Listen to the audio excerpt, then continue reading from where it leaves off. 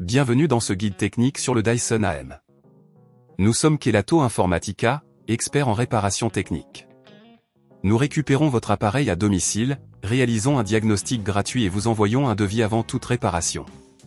Sans appel, sans déplacement. Nous sommes situés calle Joaquín María López 26, à Madrid. Pratique, transparent et professionnel. Lien dans la description. Si votre Dyson AM fait un bruit bizarre, cela peut être le signe d'un problème avec le moteur ou un composant interne. Ignorer ce bruit peut entraîner des dommages plus graves, ce qui pourrait nécessiter une réparation coûteuse. Il est donc important d'agir rapidement. Pour cette réparation, vous aurez besoin d'un tournevis cruciforme, d'un tournevis plat, d'une pince, d'un nouvel élément de remplacement, et éventuellement de lubrifiant pour les pièces mobiles. Pour commencer, assurez-vous que votre appareil est débranché et placé sur une surface stable. Utilisez le tournevis cruciforme pour retirer les vis situées à l'arrière de l'appareil. Gardez les vis dans un endroit sûr pour ne pas les perdre. Une fois les vis enlevées, vous pouvez délicatement ouvrir le boîtier du Dyson AM, en faisant attention de ne pas forcer les clips en plastique. Ensuite, écoutez attentivement pour identifier d'où provient le bruit. Souvent, il s'agit d'un ventilateur déséquilibré ou d'un moteur en surchauffe.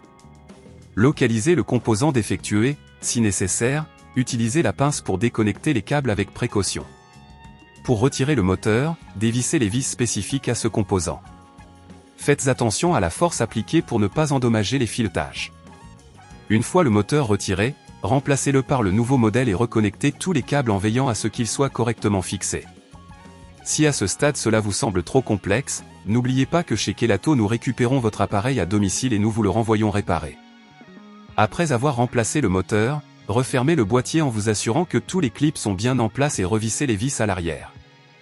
Avant de tester votre appareil, vérifiez que tout est solidement fixé et qu'aucun outil n'est resté à l'intérieur.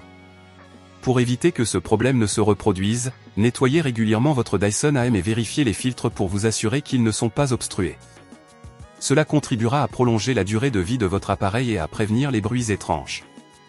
Si vous ne voulez pas risquer d'endommager votre appareil, chez Kelatos nous le récupérons, le réparons et le renvoyons à votre domicile dans toute la France. Lien dans la description.